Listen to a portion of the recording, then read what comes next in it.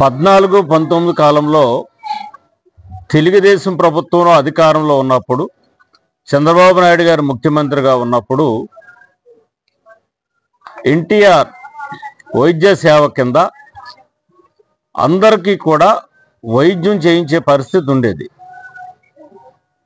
ఎవరైనా సరే ఒక యాక్సిడెంట్కి కానీ రకరకాల వ్యాధులతో కానీ ఒక హాస్పిటల్లో జాయిన్ అయితే వాళ్ళందరికీ కూడా ఎన్టీఆర్ వైద్య సేవ కింద వైద్యం చేయించిన పరిస్థితి ఉండేది. అది కాక ఒకవేళ ఎన్టీఆర్ వైద్య సేవలో గనక లేనటువంటి వ్యాధులు గనక ఎవరన్నా బయట ప్రైవేట్ హాస్పిటల్లో ఆపరేషన్లు కానీ ఇతర వైద్య చికిత్సలు కానీ చేయించుకున్నట్లయితే వాటికి బిల్లులు గనక వచ్చినట్లయితే గనక ఆ బిల్స్ మీద దాదాపుగా 60 నుంచి 70%, 80% కూడా ఆ యొక్క ఎవరైతే వైద్యం చేయించుకున్నటువంటి పేషెంట్స్ ఉంటారో వాళ్ళందరికీ కూడా చంద్రబాబు నాయుడు గారి హయాంలో ఇవ్వడం జరిగింది.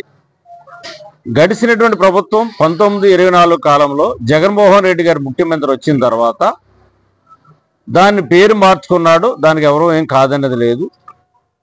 చాలామంది హాస్పిటల్లో పనిచేస్తున్నటువంటి అప్పుడు అన్ని హాస్పిటల్లో కూడా ఆరోగ్య శ్రీ కింద దాని పేరు మార్చుకున్నారు. హాస్పిటల్కి ఎవరికి కూడా పేమెంట్లు వచ్చేది కాదు. అరాకొర కోట్లాది రూపాయలు వాళ్ళు పెండింగ్ ఉంటే హాస్పిటల్కి అరాకొర వాళ్ళకి బిల్లులు వస్తుంటే వాళ్ళకి గగ్గోలు పెడుతున్న పరిస్థితి గత 5 సంవత్సరాల కాలంలో జరిగింది. చాలామంది అయితే కనుక మాకు ఆరోగ్యశ్రీ వద్దని చెప్పని రిటర్న్గా రాసేసి గవర్నమెంట్ దగ్గర క్యాన్సిల్ చేయించుకున్నారు. కానీ వాస్తవంగా హాస్పిటల్స్ అన్నీ కూడా మాకు ఆరోగ్యశ్రీ కావాలని చెప్పని వెళతారు. హాస్పిటల్స్కి వాళ్ళ యొక్క బిజినెస్ కావచ్చు, దాన్ని అనుకోవచ్చు, పేషెంట్స్కి వైద్యం చేసే నిమిత్తం మాకు కావాలని అప్లికేషన్ పెట్టుకుంటారు. కొత్తగా హాస్పిటల్ పెట్టుకున్న వాళ్ళందరూ. కానీ ఆల్రెడీ పెట్టుకున్నటువంటి వాళ్ళు మాకు వద్దని చెప్పని రిటర్న్ చేసిన పరిస్థితి ఉంది. ఎందుచేతంటే వాళ్ళకు కూడా బిల్స్ ఎక్కడ కూడా తిరిగి గవర్నమెంట్ డబ్బులు పే చేసేది కాదు.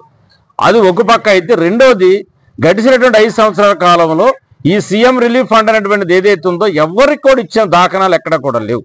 ఎవరన్నా బిల్లులు పెట్టుకుంటే కనుక అది హాస్పిటల్ కింద వాళ్ళ కింద పెట్టేసి అది వెళ్ళిపోయేది తప్ప కానీ ఎక్కడ కూడా ఎవరు కూడా వచ్చేది. ఎక్కడన్నా వస్తే అరాకొర వాళ్ళు కూడా ఓన్లీ వైకాపా కార్యకర్తలు అనుకుంటున్న వాళ్ళు ఎవరన్నా వస్తే కనుక వాళ్ళు ఎవరికన్నా అరాకొర ఇచ్చే పరిస్థితి ఉండేది. ఇదే కాకుండా ఎవరన్నా దురదృష్టశాత్తు చనిపోతే చంద్రన్న బీమా కింద సహజ మరణానికి 2 లక్షలు, యాక్సిడెంట్ 5 లక్షలు కూడా అప్పుడు చంద్రబాబు గారు ఇచ్చారు ఎవరైనా ఇబ్బంది పడితే. కానీ దాన్ని కూడా రద్దు చేసిన పరిస్థితి చేశారు. తిరిగి మళ్ళీ ఎన్డీఏ కూటమి చంద్రబాబు నాయుడు గారు, పవన్ కళ్యాణ్ గారు, మోదీ గారి సహకారంతో ఇవాళ ఎన్డీఏ కూటమి ఏదైతే ఏర్పడిందో అది ఏర్పడిన దగ్గర నుంచి ఏప్రిల్ మాసం నుంచి 2024 ఏప్రిల్ మాసం నుంచి ఎలక్షన్స్ కోడ్ వచ్చిన దగ్గర నుంచి ఎవరైతే హాస్పిటల్లో ఎన్టీఆర్ వైద్య సేవ కింద హాస్పిటల్లో వైద్యం చేయించుకున్నటువంటి వాళ్ళు కాకుండా సొంత ఖర్చులతోటి ప్రైవేట్ హాస్పిటల్లో వైద్యం కనుక చేయించుకున్నట్లయితే కనుక వాళ్ళకి బిల్స్ ఇవ్వాలని చెప్పిన ఒక తలంపుతోటి ఇవాళ గౌరవ ముఖ్యమంత్రి చంద్రబాబు నాయుడు గారు, ఉప ముఖ్యమంత్రి పవన్ కళ్యాణ్ గారు ఇవ్వదలుచుకున్నారు. ఆల్రెడీ కొవ్వూరు నియోజకవర్గంలో మొన్ననే ఒక 2 పేషెంట్స్కి ఒక ఆవిడకి ఒక పాపకి 3 లక్షల రూపాయలు, ఒక పాపకు 35,000 రూపాయలుగా రీసెంట్గా ఇవ్వడం జరిగింది. ఈ రోజుని తిరిగి మళ్ళీ నిన్ననే అసెంబ్లీ అయిన తర్వాత ఈ నెల రోజుల కాలంలో వచ్చిన అప్లికేషన్స్కి ఇచ్చినటువంటి అప్లికేషన్లో కొన్ని మాత్రమే డీడీలు వచ్చినాయి. మిగతా ఒక వారం 10 రోజుల్లో ఆ డీడీలు కూడా వస్తాయి.